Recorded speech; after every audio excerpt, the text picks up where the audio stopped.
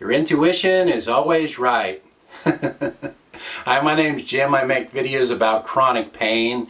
Mine's due to like over 40 years now with Thoracic Outlet Syndrome. And also I've had 3 lower back surgeries, including a 2-level lumbar fusion about 6 years ago. What am I talking about? Intuition. I'm talking about the little voice in your head, the gut feeling, you know, the thing that most people won't do because they're afraid of what people are going to think. Actually, when I started getting better and improving with all my pain things, I just started trying things. I would see some, I would try it, and if it worked, great, I would keep that. If it didn't work, I'd toss that out. Some stuff is kind of crazy, and like vacuum cupping. I've done videos on this channel about vacuum cupping. It's where you put a little plastic cup on your wherever you want to put it, and you pump it up, and it sucks your skin and your muscle up into the cup, and then it turns all purple and everything. Kind of a little bit scary at first because you don't know really what to expect, but a lot of people laughed at me. A lot of people still laugh at me and get grossed out by that. I haven't done it as much lately, but that type of thing, see, I've always to get better and actually to do really anything in life, I've learned you just have to ignore people and do what you think is right. Try things and you know, just keep doing what works for you and what you enjoy, and quit listening to people. I know that's harder. It's easier said than done. That can be hard. I mean, the reason I started this YouTube channel is I was in a group, I think it was Neuro Talk or something like that. It was one for Thoracic Outlet Syndrome, and I was trying some of these different things, and I would make a post about it, and then people would ask me questions, and then it would hurt my arms to type, and actually I just can't type anyway, but also it would cause me all this pain, and then I would feel like, okay, this is kind of counterproductive. I'm trying to do things to get better, and then if I'm typing and it's causing me pain and flaring me up, it's not really working. It'd be much better if I could just turn on a camera and talk, and then I could, I wouldn't have to use my arms, and I could show people stuff. And so I kept thinking about starting a YouTube channel, and I'd get a little bit better, and I'd start thinking about it, and then I'd flare up, and the flare up would last a month or so, and I'm like, oh, never mind.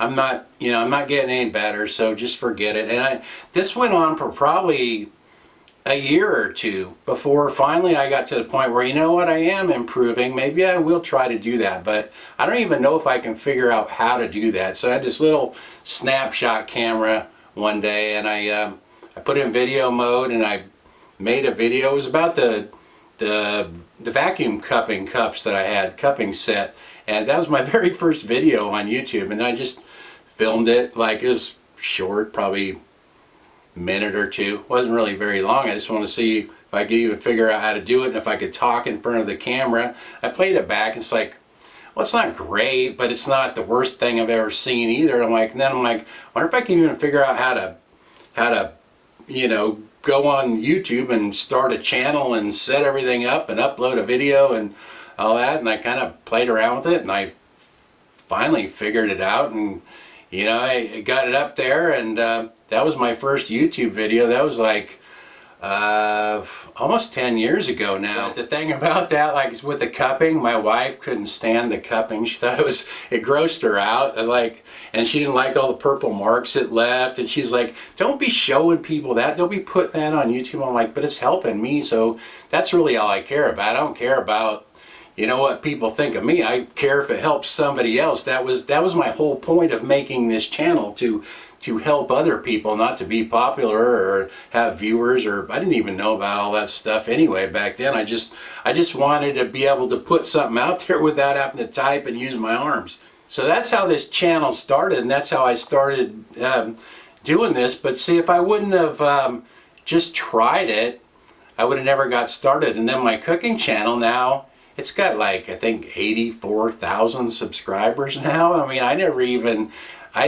planned to have a cooking channel. That was just something I did on this channel, did a few cooking videos, and people liked it, and they said it didn't mix with my chronic pain stuff. I should start a cooking channel. I'm like, I told my wife, I said, I I don't think I'm good enough. I just do easy stuff. I wouldn't even know what to call it. And I just decided to call it TosTinMan Easy Cooking. So that's kind of how that all came about. But see, if I would have like listened to my doubt and my fears and not tried it, that would have never happened. So I think really that's the big thing why people are afraid to just follow their intuition and do things. They're afraid of what people are going to say and what they're going to think. And even now there's times when I put up videos and I get some bunch of negative comments about this or that. And sometimes, I mean, it's annoying. I mean, I'm used to it now. I mean, I can handle it, but it's just like sometimes I understand why people start YouTube or things like that and they quit because of that. I mean, it's just,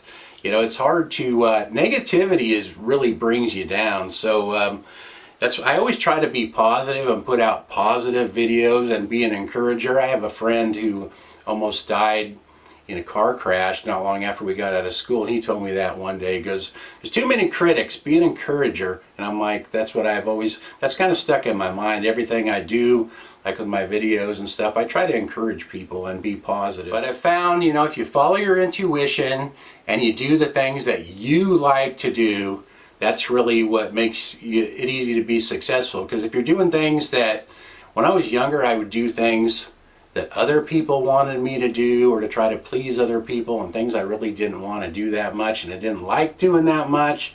And it's just hard to keep, you're not very happy when you do that. But if you can find the things that you like to do, that you enjoy doing, and then just follow that, even on the days when you don't really feel like doing it, it's not so bad. There's always going to be some of those days, but then on the good days you just plug along. And I think the more you follow your intuition too, you just get better at that, and you kind of pick up little things that comes to you, that the universe sends you little clues and little things you could be doing, and you just pick up on it easier. But all that takes practice. One thing I've found is people don't like to be different. They don't like to stand out from the crowd. They don't like to be criticized.